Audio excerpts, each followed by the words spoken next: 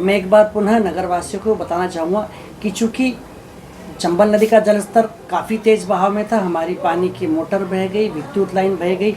इन सब कार्यों करने के लिए हमारी मेहनत और हमने काफ़ी कठोर परिश्रम किया है, लेकिन हम ये आश्वस्त करते हैं कि वापस से जल प्रदाय व्यवस्था का हम सुचारू रूप से चला देंगे। और हमने जो हेल्पलाइन जारी किया था, चूँकि अभी भी जो स्थिति उत्पन्न हुई तो उससे निपटने में हमको थोड़ा समय लगेगा, तो अभी हमारे हेल्पलाइन नंबर लगातार कार्य कर रहे हैं। मैं एक बार फिर से उन हेल्पलाइन नंबर को दोहराना चाहूँगा। जो हमारा हेल्पलाइन नंबर है 9893911119।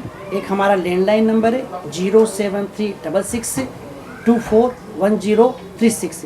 ये लगातार हमारे हेल्पलाइन नंबर काम कर रहे हैं। किसी भी क्षेत्र में अभी भी किसी रहवासियों को, चूँकि लगभग हम समस्या को समाधान करने की ओर लगातार प्रयासरत रहे हैं, फिर भी किसी क्षेत्रवासियों को कोई समस्या का समाधान करने के लिए इन हेल्पलाइन के नंबर की आवश्यकता होती है। हेल्पलाइन नंबर हम अभी हमारे कार्य और लगातार करते रहेंगे। एक बार पुनः आप सब लोगों से निवेदन करूँगा, इस समय हम सब लोगों को, इस आपदा के समय हम सब लोग एक दूसरे का सहयोग करना चाहिए, एक दूसरे की मदद करनी चाहिए। मैं भी सभी शहरवासियों से हाथ जोड़कर निवेदन करना चाहता हूं कि इस आपदा के समय आप शासन प्रशासन की टीम का पूरी मदद कीजिए, पूरी सहयोग कीजिए, पूरी हेल्प कीजिए। पूरा शासन प्रशासन लगातार इन स्थितियों पर नियंत्रण पाने के लिए अपने कठोरतम अपनी मेहनत परिश्रम से कार्य कर रहा है।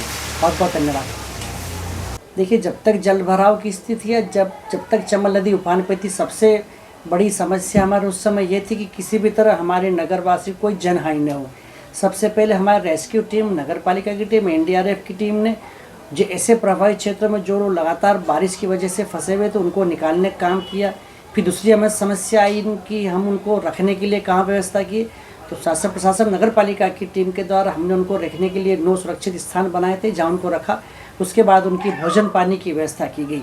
चूँकि 2 दिन से लगातार चंबल नदी का जलस्तर कम हो गया है और लगातार जो क्षेत्र डूब क्षेत्र में थे वहाँ से भी अब पानी निकल गया और वो सब लगभग पानी की स्थिति खत्म हो गई है।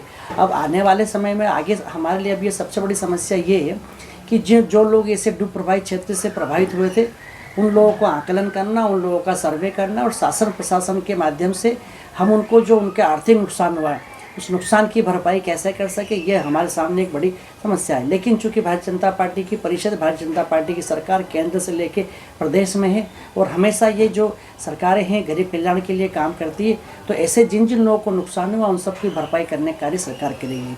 आपका दूसरा प्रश्न था कि कहीं ना कहीं जो अब आने वाली एक और समस्या थी हमारे यहाँ की, जब चंबल नदी में लगातार जलस्तर बढ़ा तो जलस्तर बढ़ने के कारण हमारे इंटेक की पानी की मोटर बह गई, बीच में हमारे विद्युत प्रदाय के लिए पोल लगा था वो भी बह गया।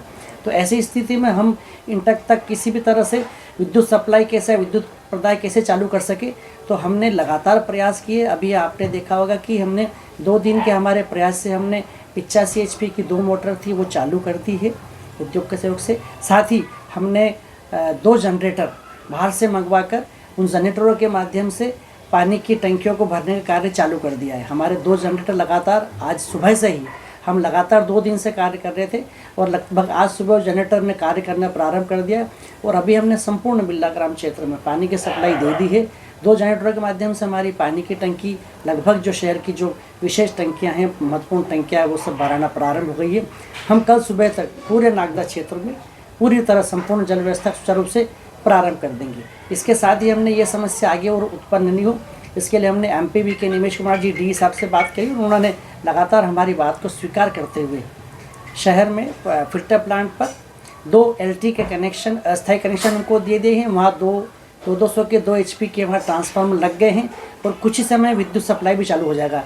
तो हमारे अभी तक तो हम जो जनरेटर के सहारे थे वो तुरंत हम विद्युत पर आ जाएंगे। तो हमारे कार्य जो भी थोड़ा सा कहीं उसकी गति स्पीड कम है वो लगातार फिर इस विद्युत सप्लाई के कारण उसके बाद फिर हमारे कार्य में और गति आ जाएगी।